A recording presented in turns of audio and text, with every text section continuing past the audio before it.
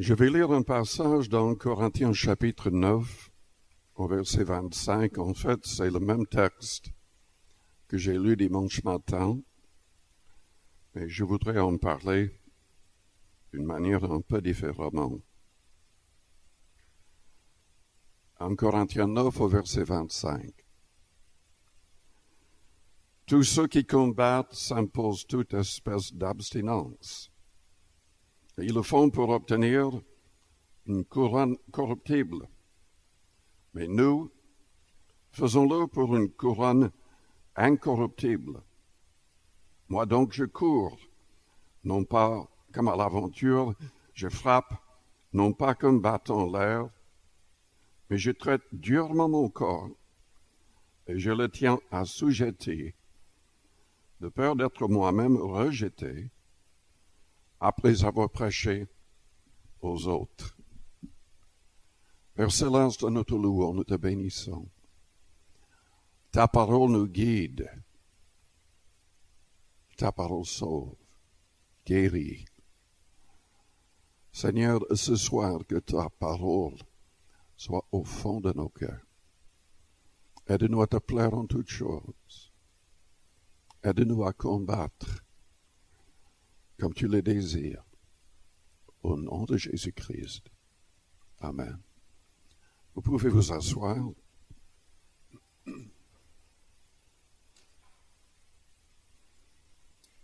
Je vous pose la question ce soir, est-ce que vous êtes en train de combattre?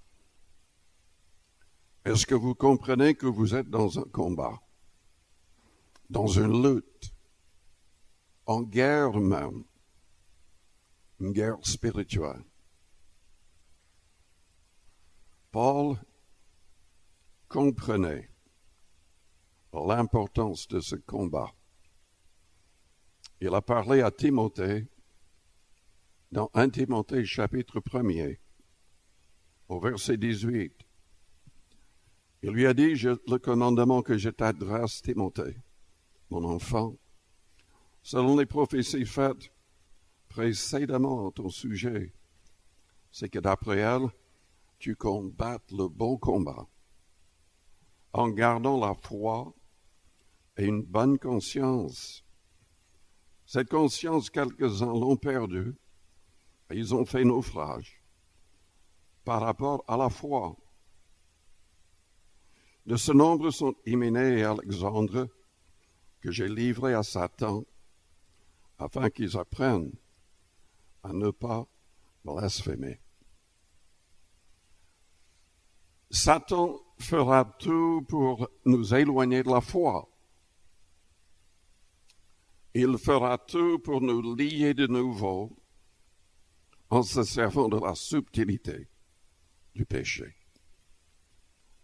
C'est lui qui tente et il utilise tous les moyens possibles.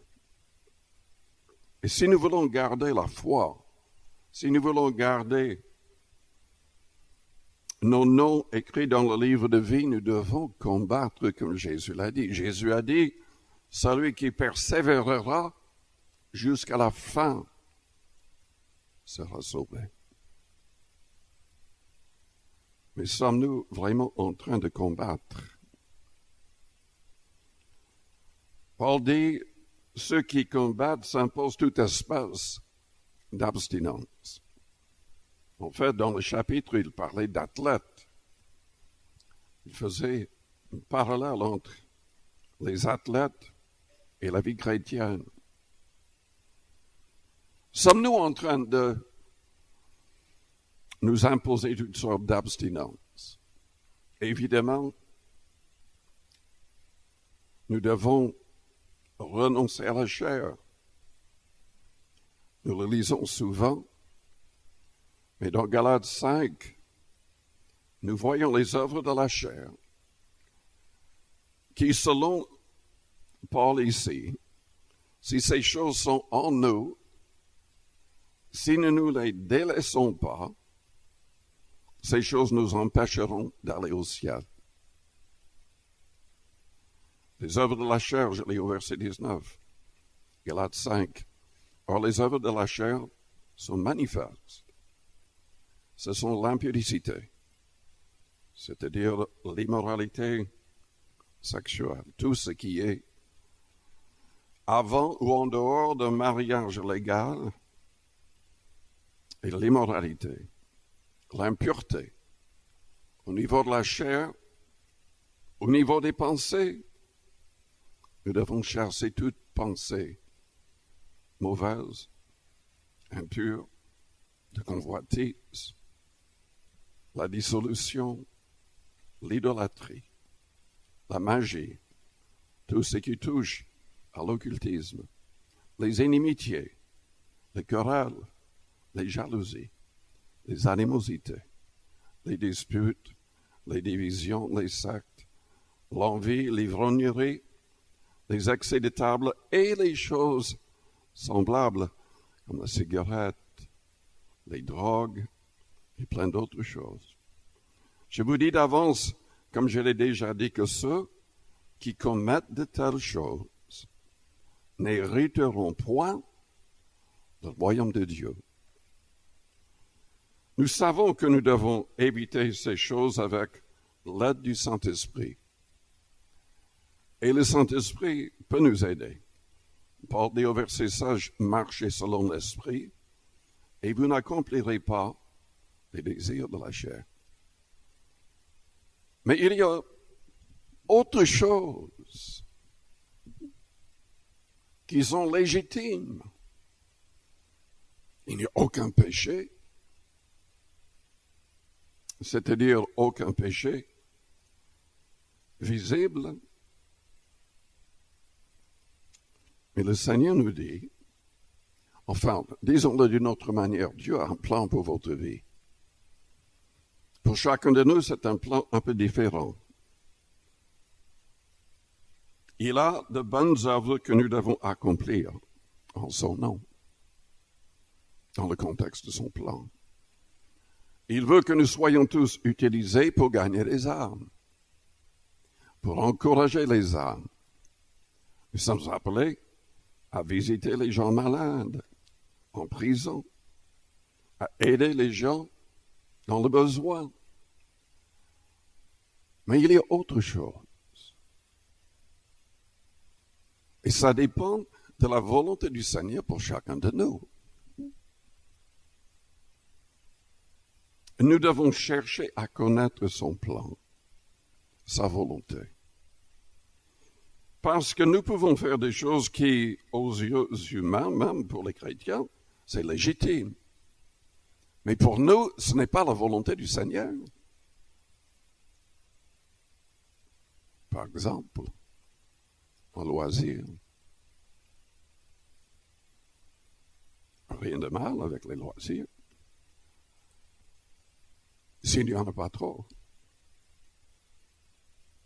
Mais s'il y a quelque chose que vous voulez construire ou faire, mais ce n'est pas la volonté du Seigneur, cette chose devient péché pour vous.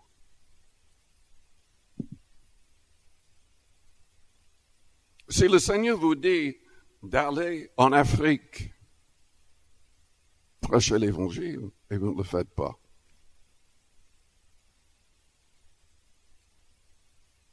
Si le Seigneur veut que vous allez évangéliser un samedi ou même en semaine, ou tous les soirs, mais vous avez votre émission de télé favorite et vous n'obéissez pas.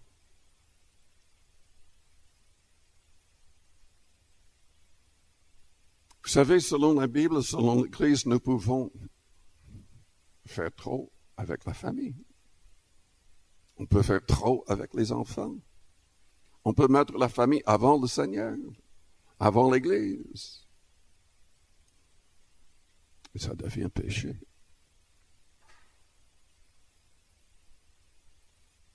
Tous ceux qui combattent s'imposent toutes sortes d'abstinence. Ils le font pour obtenir une couronne corruptible, mais nous, faisons-le pour une couronne incorruptible.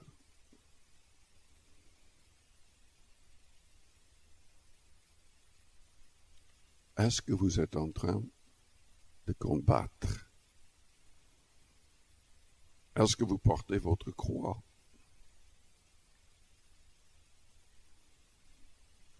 Il est peut-être quelque chose dans votre vie que vous aimez à l'extrême. Vous ne voulez pas abandonner cette chose-là. C'est légitime aux yeux humains et même aux yeux des chrétiens, mais cette chose vous empêche de servir le Seigneur pleinement. Parce qu'on n'a pas énormément de temps pour servir le Seigneur. Je pense, au début de mon ministère, je prêchais concernant le retour du Christ. Et il y avait des gens dans l'Église à qui le Seigneur a donné des rêves, des songes après le message. Et une jeune fille s'est vue en train de monter au moment de l'enlèvement de l'Église. Et tout d'un coup, elle s'est arrêtée et n'allait pas plus haut.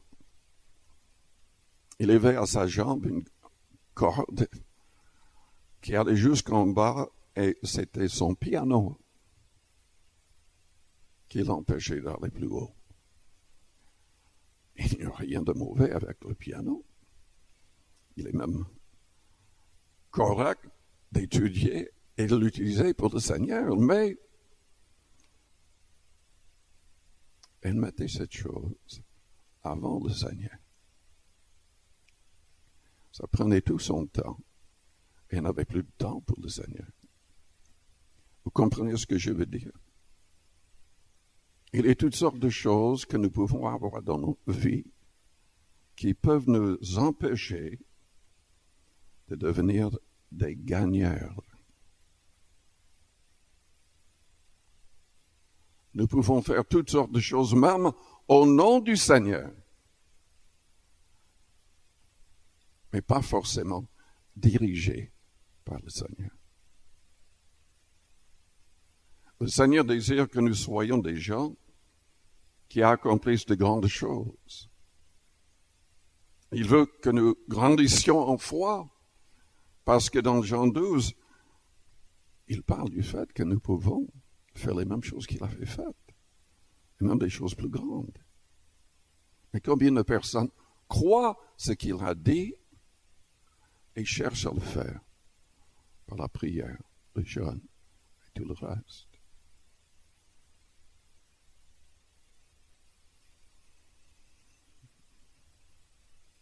Le Seigneur nous appelle à combattre. Et le combat le plus dur, le plus difficile, c'est contre notre propre volonté. Nous voulons faire quelque chose. Nous voulons même accomplir quelque chose pour le Seigneur, mais en fait, est-ce pour le Seigneur ou pour nous? Simon le magicien, dans Actes chapitre 8, a offert de l'argent à Pierre quand il voyait comment les nouveaux convertis recevaient le Saint-Esprit miraculeusement après l'imposition des mains des apôtres. Pourquoi est-ce qu'il voulait ce don? Ce n'était pas pour aider les gens, c'était pour s'élever lui-même. C'était pour que les gens l'admirent de nouveau. Parce que le jour au lendemain, lui, qui était magicien, qui avait trompé toute la ville, il n'avait plus de place. Aux yeux des autres, il n'avait. Peut-être qu'il était même méprisé, bien qu'il s'est converti. C'est trop facile d'avoir des motivations qui ne sont pas pures. Le Seigneur a un plan pour nous. Et il faut que nous puissions comprendre son plan et l'accomplir. C'est peut-être son plan que vous soyez la personne qui nettoie l'église. Les toilettes.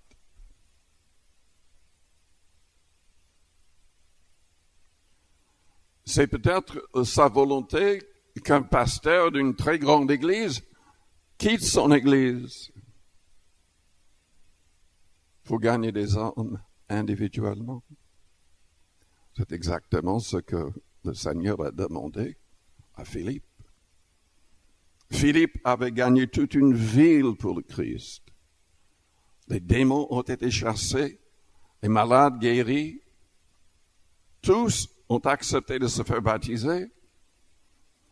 Mais quand l'Église de Jérusalem a envoyé Pierre et Jean imposer leurs mains aux nouveaux convertis, Dieu a dit à Philippe, parle, va dans le désert.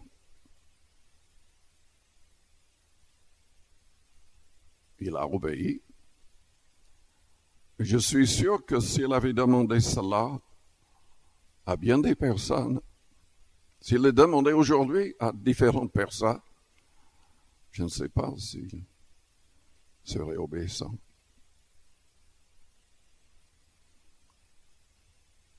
La volonté du Seigneur est souvent vraiment contre notre volonté. Et c'est la raison pour laquelle il parle du fait que nous devons porter notre croix chaque jour. Ce n'était pas la volonté de Pierre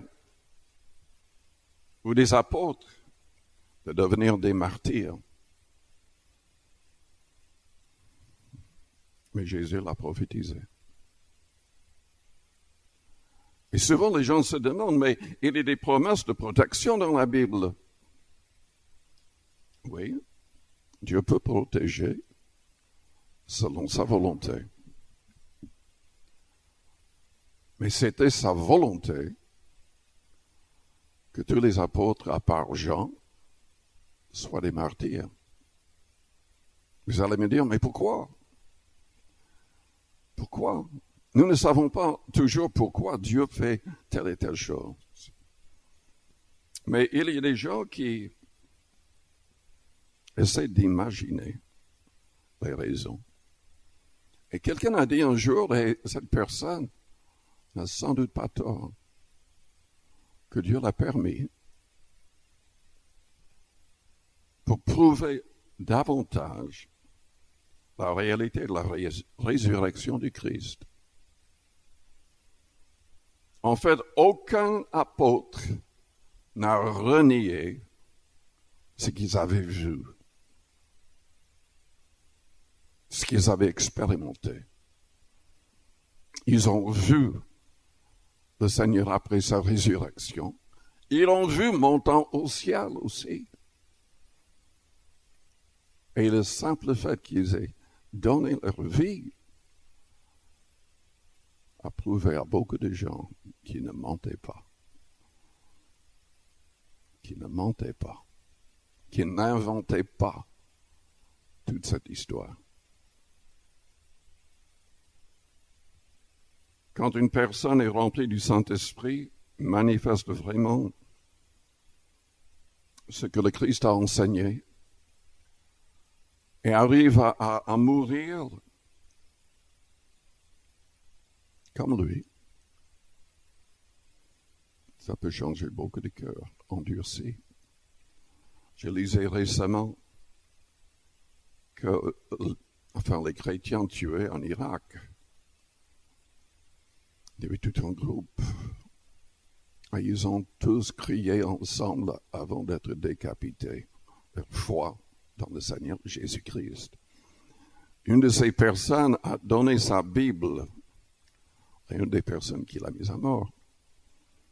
Et cette personne, en fait, s'est convertie après. Et vous savez, c'est l'histoire de Saul qui est devenu l'apôtre Paul.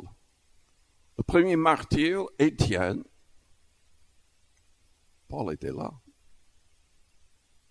avant d'être converti. Il tenait les vêtements de ceux qui le mettaient à mort. Et il était d'accord avec eux. Et nous ne savons pas tout le mal qu'il a fait après, allant de ville en ville pour que les chrétiens soient arrêtés et jetés en prison. Mais Paul s'est converti. Et sans doute, il y avait quelque chose qui tournait dans son cœur. après la mort d'Étienne. Ça l'a préparé aussi pour toutes les souffrances qu'il allait subir. Vous savez, c'est ça un combat.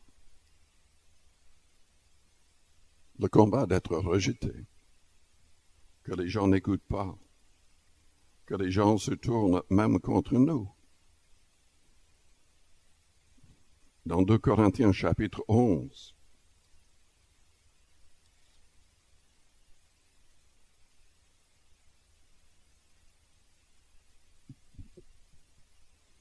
Paul a dit dans Corinthiens 11, il a donné la liste de ses souffrances. Au verset 23, sont-ils ministres de Christ? En fait, là, il condamnait de faux apôtres. Je parle d'un homme qui est extravagant, je le suis plus encore, par les travaux, bien plus, par les coups, bien plus, par les emprisonnements, bien plus, souvent en danger de mort.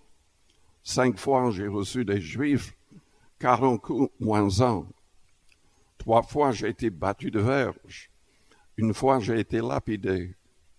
3 fois, j'ai fait naufrage. J'ai passé 1 jour et 1 nuit dans l'abîme. Fréquemment au voyage.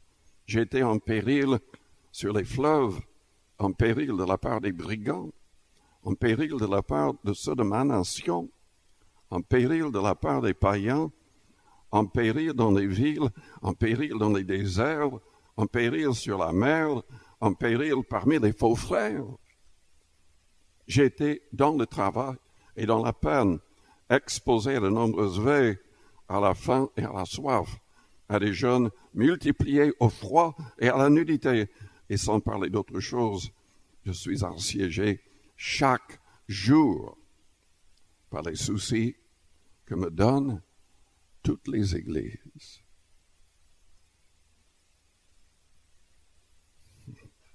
Paul avait accepté de porter sa croix et de combattre.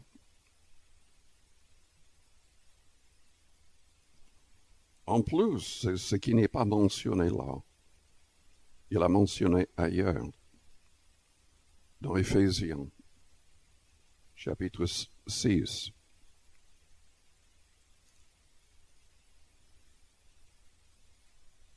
Et en même temps, il nous dit comment combattre.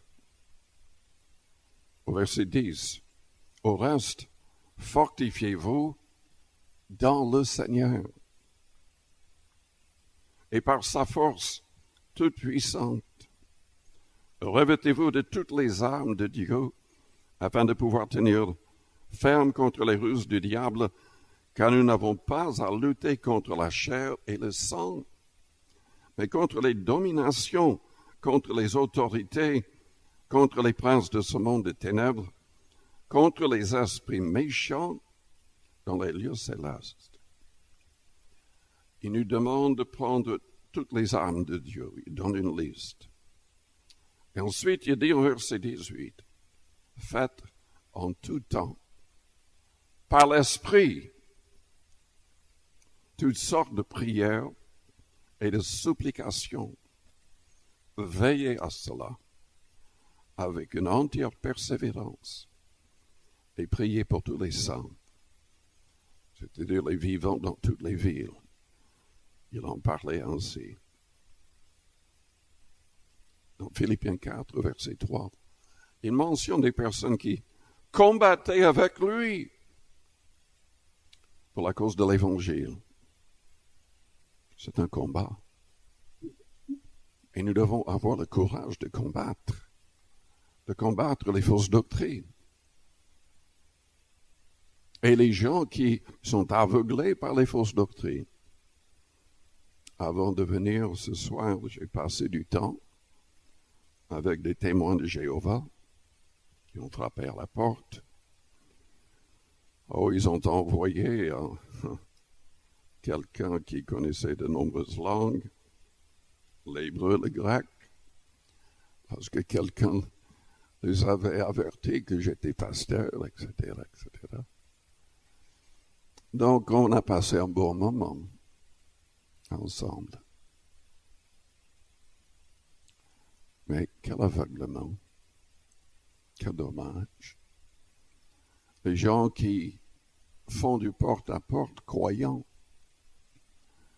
que de cette manière-là, ils seront sauvés. Et les doctrines sont fausses. On n'est pas témoin de Jéhovah, on est témoin de Jésus-Christ. Et nous devons recevoir le Saint-Esprit, être conduits par le Saint-Esprit pour être vraiment fils de Dieu, enfant de Dieu.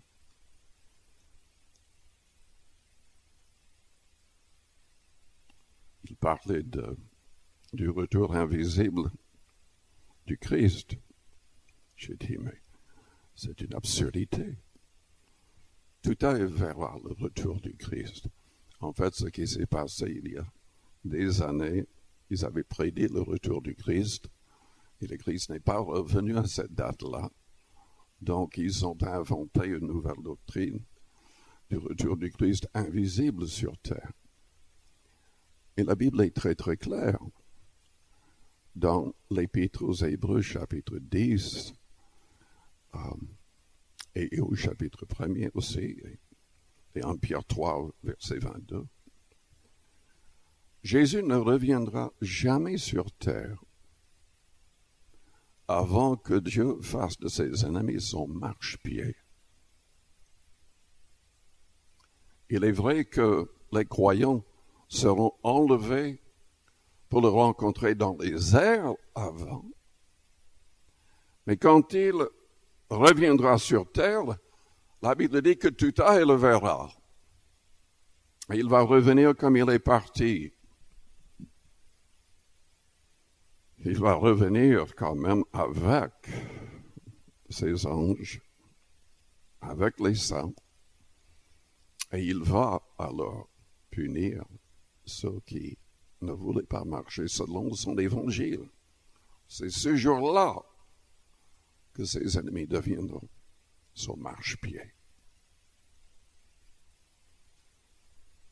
Est-ce que vous êtes un témoin de Jésus-Christ?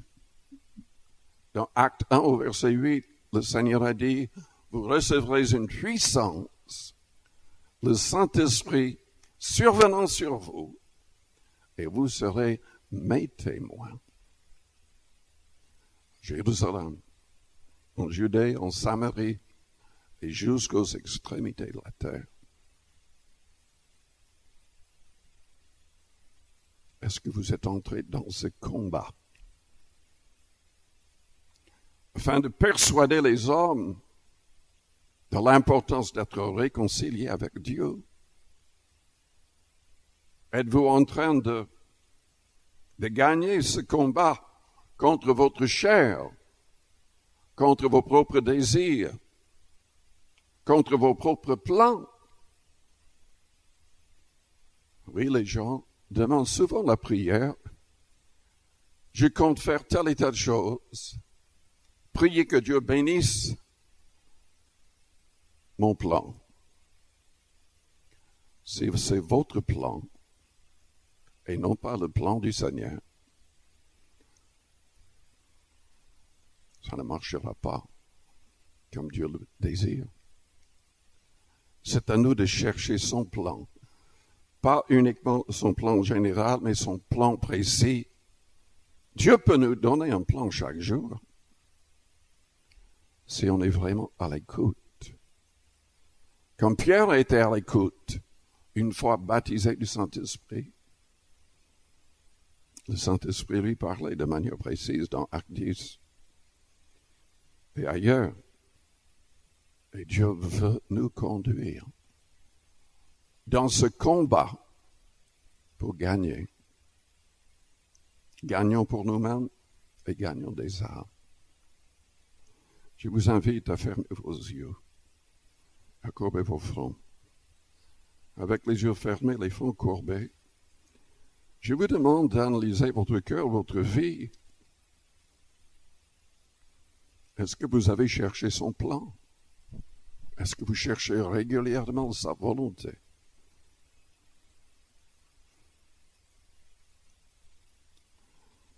Quand j'avais 15 ans, j'ai prophétisé, poussé par le Saint-Esprit, que mon meilleur ami deviendrait pasteur. Il ne voulait pas du tout devenir pasteur. On jouait de la musique ensemble, on donnait des concerts chrétiens dans toutes sortes d'églises et de rassemblements. Mais il m'obligeait, moi, à parler. Lui, il ne voulait jamais même présenter en des cantiques. Et il a persisté en faisant tout pour ne pas entrer dans le ministère. Il n'a jamais fait des études de théologie. Il est allé à l'université. Il voulait devenir ingénieur, gagner beaucoup d'argent.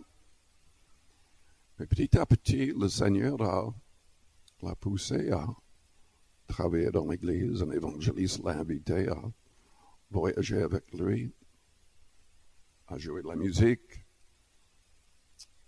Et après un certain temps, l'évangéliste lui a dit, mais je voudrais que tu donnes un petit exposé pour les jeunes. Il a fait. Et petit à petit, le Seigneur a travaillé son cœur et il y avait une église qui s'est ouverte parce qu'en fait, le pasteur de cette église, enfin, je ne sais pas ce qu'il a fait, il a divisé l'église complètement. Et il est parti de l'église avec la moitié des gens. Et donc, il y avait le bâtiment qui était assez grand pour environ 350 personnes. Mais il n'y avait même pas 100 personnes restant. Ces personnes étaient découragées. Et finalement, il a pris l'église. Il a passé beaucoup de temps en jeûne et en prière. Et pendant les 25 ans où il était là comme pasteur, Dieu l'a béni à l'extrême. Quand il est parti, il y avait une église avec une salle pour 1700 personnes, deuxième salle pour plus de 6000 personnes, une école privée pour 2000 enfants, et tout était payé, il n'y avait aucune dette.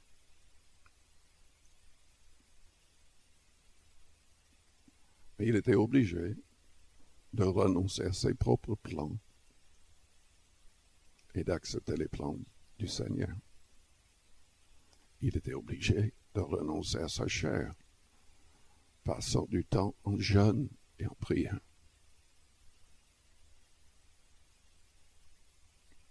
Je vous invite à vous mettre en question. Quel est le plan de Dieu pour votre vie? Est-ce que vous êtes en train de tout faire pour réussir? Père Céleste, je prie pour tous ici ce soir. Aide-nous à nous imposer toutes sortes d'abstinences. Aide-nous à porter notre croix afin de pouvoir faire ta volonté. Aide-nous à ne plus vivre pour nous-mêmes, mais pour toi et pour les âmes.